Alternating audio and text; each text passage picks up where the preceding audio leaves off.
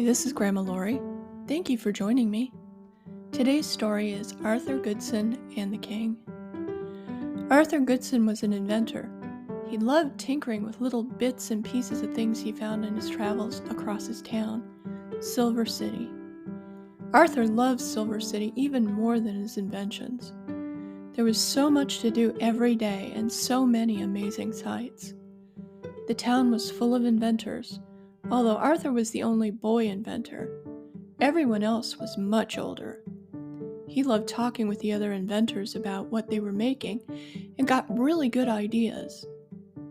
Arthur was so good at inventing things that one of his inventions, a robot that could play chess, came to the attention of the king, who invited Arthur to the palace to shake his hand and play a game of chess.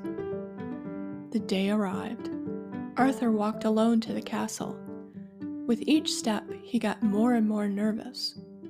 He had heard about the king, who was famous for throwing people he didn't like in jail. One man was even thrown into jail for peeling a banana wrong. The long walk up the path to the castle led to a gigantic wooden door. Arthur noticed a pull bell to his right, so he yanked it as hard as he could. "Yes?" drawled the man who opened the door. He was almost as big as the door, and was wearing robes of someone who worked at the castle. "How may I help you, young man?" "I'm Arthur Goodson. The king asked to see me," replied Arthur.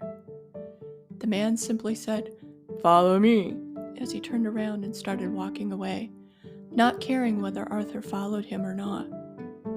They walked down hallway after hallway. Arthur was afraid they were going somewhere dangerous. Now he was really scared. They finally got to the door of the throne room. "Master Goodson to see you, your majesty," yelled the man. "Enter," was the only response. As Arthur entered the throne room, he was surprised. The castle was so dark as they walked, but the throne room was bright.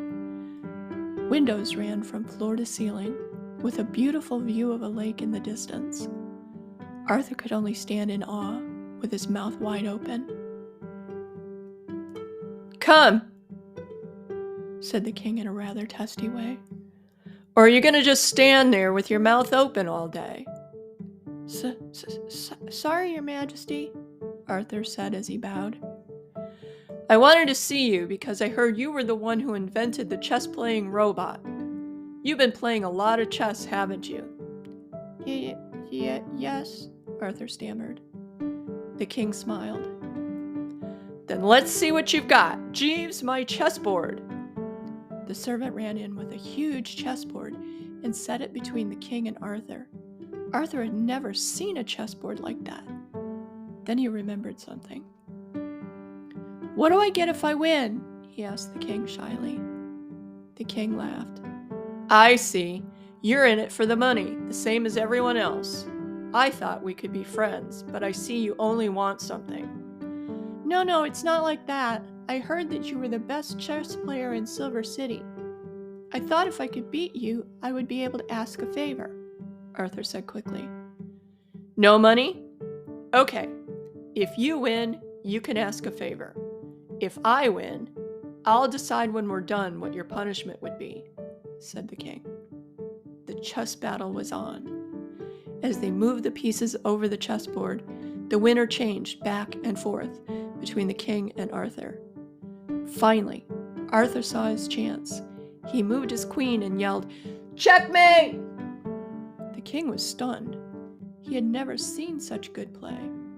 But what really astonished him was the fact that Arthur was a little boy. He couldn't believe he lost to a kid. He started getting mad and turned over the chessboard. Arthur jumped. He thought, "I'm in trouble now. Will the king keep his promise or throw me in jail?" The king walked around the room for a while, trying to get control of his feelings. Finally, he returned to his throne and said, "Come here, Arthur." Arthur approached the throne. The king held out his hand. "Let's shake hands on an interesting and challenging game, one fair and square. You're truly a chess master. Did you learn all that from your robot?" "Yes, sir." said Arthur.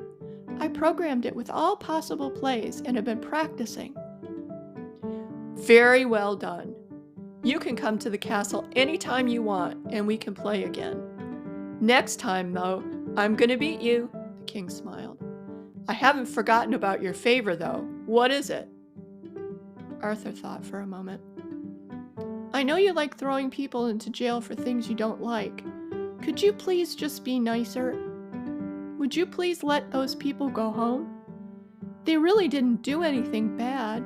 The man who peeled the banana wrong is my dad, and I really miss him." The king was stunned. His heart melted a little. He hadn't expected that. He thought for a minute and said, "Well, Arthur, I'll try to be nicer, but you'll have to remind me from time to time if I get mean again. And I'll let everyone out of jail who hasn't done anything really bad." "Thank you," Arthur said as he ran up to the throne and threw his arms around the king. All the servants in the room were stunned and thought the king would surely explode. Instead, he hugged Arthur tightly and said, "I wish I had a son like you, Arthur. You're polite, you care about others, and of course, you're really smart. Thank you for helping me. Come anytime and we'll play, okay?"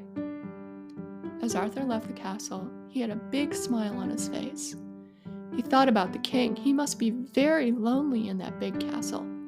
That made Arthur determined to visit him often. Arthur opened the door to his house to find Dad! He had been released from jail. Arthur ran to him and hugged him even tighter than he had ever hugged anyone. It was so good to see him. From that day on, Arthur worked on his chess-playing robot, practiced with both the robot and his dad, and went to the castle once a week to play chess with the king. Arthur was very happy.